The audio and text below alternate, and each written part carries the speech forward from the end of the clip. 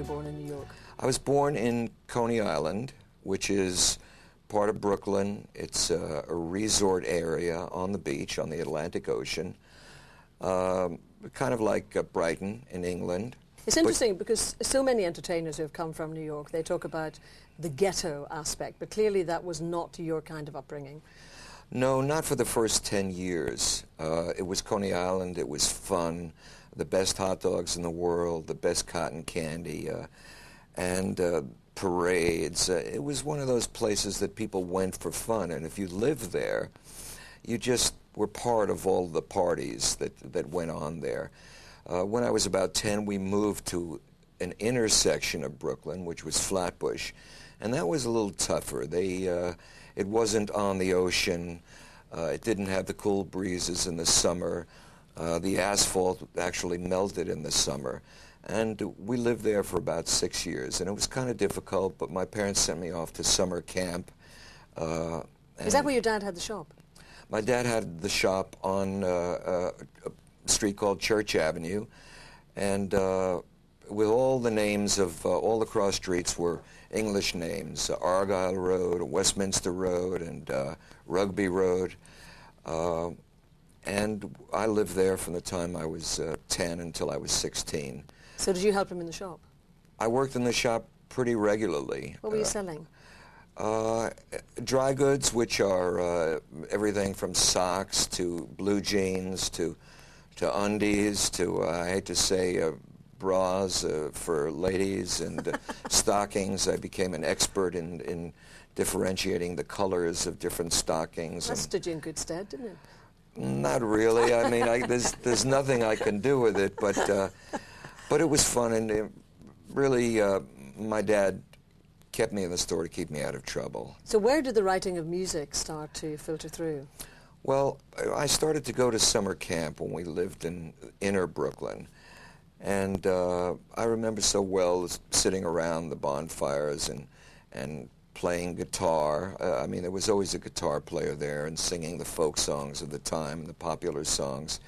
And for some reason, I got hooked on the guitar. I wanted to be able to play like these people played and to be able to sing like So what they age did. are we talking about here? We're talking about 14. Oh yeah, so I mean relatively late on. Yes. And we spent 3 weeks every summer, my brother and I, up in these camps.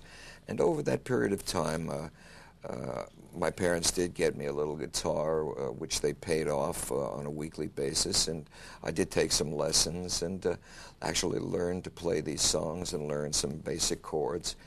And it wasn't too long after that I actually started to write songs myself. I mean, do you feel now that that was just an instinctive thing, that you were just naturally a good writer or had a good way with words? No, I don't think so. If you've heard any of my early songs, Gloria, you'd know that they were terrible. But it was just something I loved to do.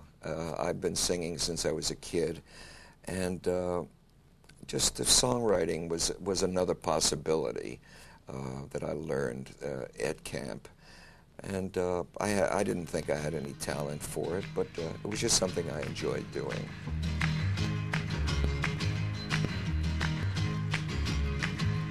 Baby loves me, yes, yes she does.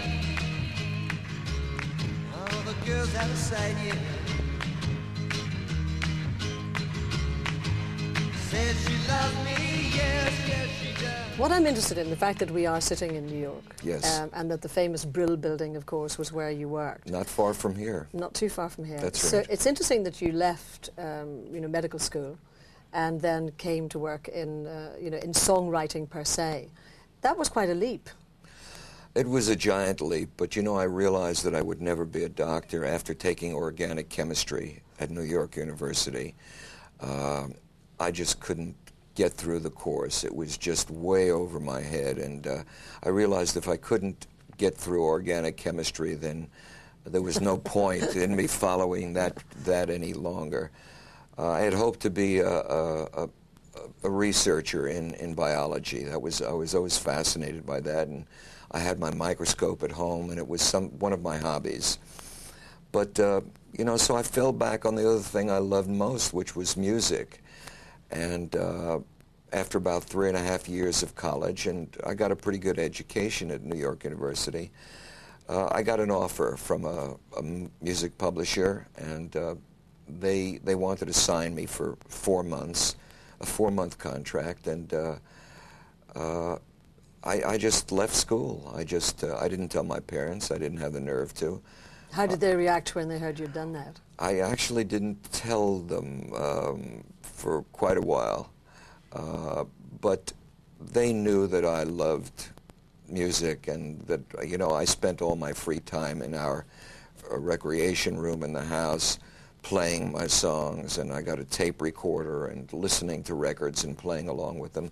So they knew that I was passionate about that. I'm sure they were disappointed that I didn't go and work harder on the medical thing, but they were very much in my corner. According to all the records, though, you got fired from a number of companies for Lots of them. not coming up with the hits. Yes, that's right. So what was that? Was that just an eagerness to do it, but a block as to how to get a commercial sound? Well, I was a beginner, and it was at the very beginning of rock and roll, and I was signed to a number of publishers because they didn't really understand what was good and what was not good in rock and roll, so they took a chance on me. I was a kid with a guitar, and you know, it all sounded the same to them. And I was a beginner, and that's how I learned really the craft of writing music. I met other writers, I hung out with them, I learned quite a bit from them, and over the years, and I spent 8 years in this area, over the years I learned how to write music, how to write a song and find something that you really felt deeply about. She got the way to move me, chill. She got the way to move me, chill. She got the way to move me. She got the way to move me, chill. She got the way to move me. Had you inside always really wanted to be that performer, making records for yourself? No, I never thought I would do that. I made the demonstration records of my songs because I'd always sung, and I never thought twice about it, and I played guitar on them. And I didn't realize that in doing that, I was gaining a lot of experience in the recording process and learning about my voice and how to sing for records. I was just making demos. I didn't think it would go past that. My real dream was to be able to make a living as a writer of songs. I never thought I'd be performing, and it's still kind of unbelievable to me. I mean, would you have said that you were quite a reluctant performer? You know, even when the hit started, was there still a reluctance to get up and do it? No, once I started getting chart records and offers to come out and play, and you play anywhere. I played bars and bowling alleys and the back of pickup trucks. I was very enthusiastic about it. I guess I've always been a kind of a ham and a little bit of an exhibitionist, and that side of me started to come out. When it's a beautiful noise,